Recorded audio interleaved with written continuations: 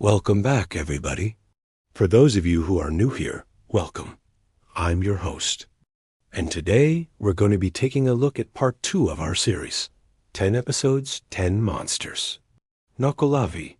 This creature is said to originate from Iceland, but has also made appearances in Scottish folklore. It is said that the Nuckelavee would ride out on the waves during a storm, its bare feet wrapped around the mast of ships, whipping the men on board into a frenzy, until it was too late, and they sailed off the edge of the world. The Nuckelavee would then devour their souls and bring them to an island which was actually a giant whirlpool. There was only one way to avoid this fate. You had to wait until the next sunrise, then walk down to the shore with a white stone and cast it into the sea. But if the Nuckelavee saw you, then you were doomed. The only time you could do this was when the sun had set and the darkness of night covered the land. Will-o'-the-wisp. This one appears throughout many European countries, most notably France and England. The will-o'-the-wisp is commonly known as a small, flickering light that can sometimes be seen floating about, hovering above bogs and marshes. Those foolish enough to follow the light would often find themselves lost forever in the bog or worse. The will-o'-the-wisp could also take on a more malevolent form, looking like a burning ball of fire, or even the specter of a flaming skull. This is a pretty popular legend, and there have been many stories written about these strange lights. They usually appear at night, though some say they've seen them during the day. They seem to float effortlessly through the air, seemingly without any goal in mind. Most of the time, these lights don't interact with people unless someone tries to follow them. Then they will start moving erratically, appearing to dance just out of reach of their observers. If you were to finally catch up to them, it would lead you to your doom. It could mean death or simply getting stuck in a marsh. Draugr.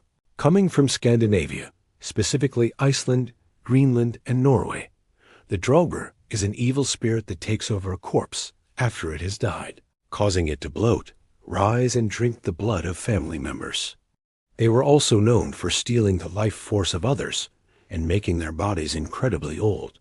So you might get lucky enough to kill the Draugr, but you would also be faced with a very unpleasant sight.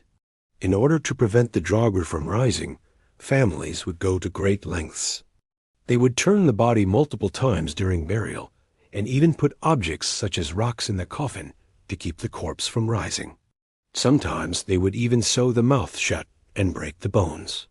One of the most famous Draugr comes from Norse legend. His name was Gorm the Old, and he terrorized Denmark along with his band of undead warriors. They were eventually slain by King Horik, and his head was cut off and hung from the stern of the ship that had captured him, so that it would serve as a warning to other would-be raiders. Valkyrie. Hailing from German folklore, Valkyries are female spirits whose main purpose was to decide who would live or die in battle. They would appear on the battlefield and choose which warriors would be taken to Valhalla. Once chosen, the Valkyries would fly back to Valhalla with the warrior and care for them until it was time for them to go back to battle. Valkyries were known for riding massive 8-legged horses, and when they flew across the sky, it was said that their wings would create whirlwinds. Their main duty was to serve Odin, and they always rode winged horses when they delivered fallen warriors to Valhalla. But not all Valkyries were good. Some followed Loki and took fallen soldiers to Hel, which was the underworld ruled over by the goddess Hela. Fenrir. Let's stick with Norse mythology for a moment, because this big, bad wolf is another one of their creations. Fenrir is one of the children of Loki, and the big bad wolf that brings doom upon the whole Norse pantheon. In some stories, it is said that Odin took the Fenrir, realizing how strong it was and how dangerous, and he bound it with magic. He bound it so tight that it almost died. But it managed to escape, only to return years later during Ragnarök to devour Odin during the fight. Some say that Odin knew this would happen, but he did it anyway, because he had made a pact with the giants, and he had to honor it. Either way, the Fenrir is a major player in Norse mythology, and it is a force that should not be messed with. Jörmungandr.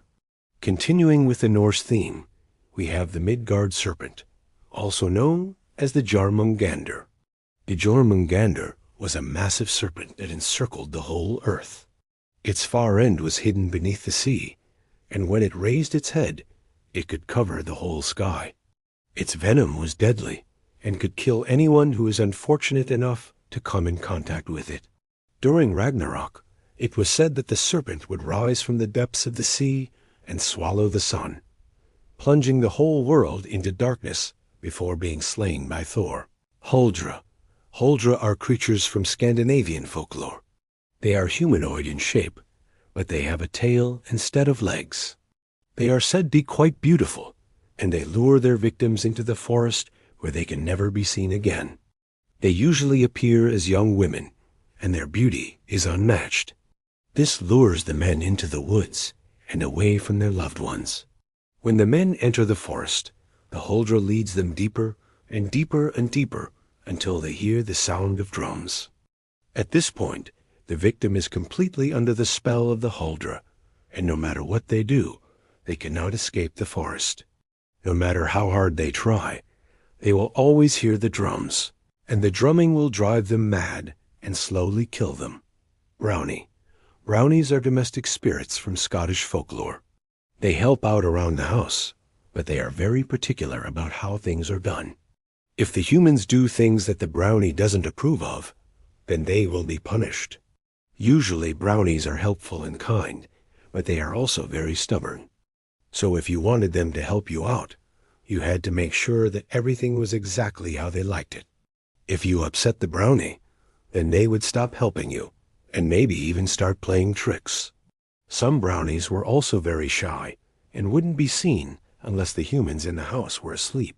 Another interesting thing about the brownies was that they only helped out during the winter months.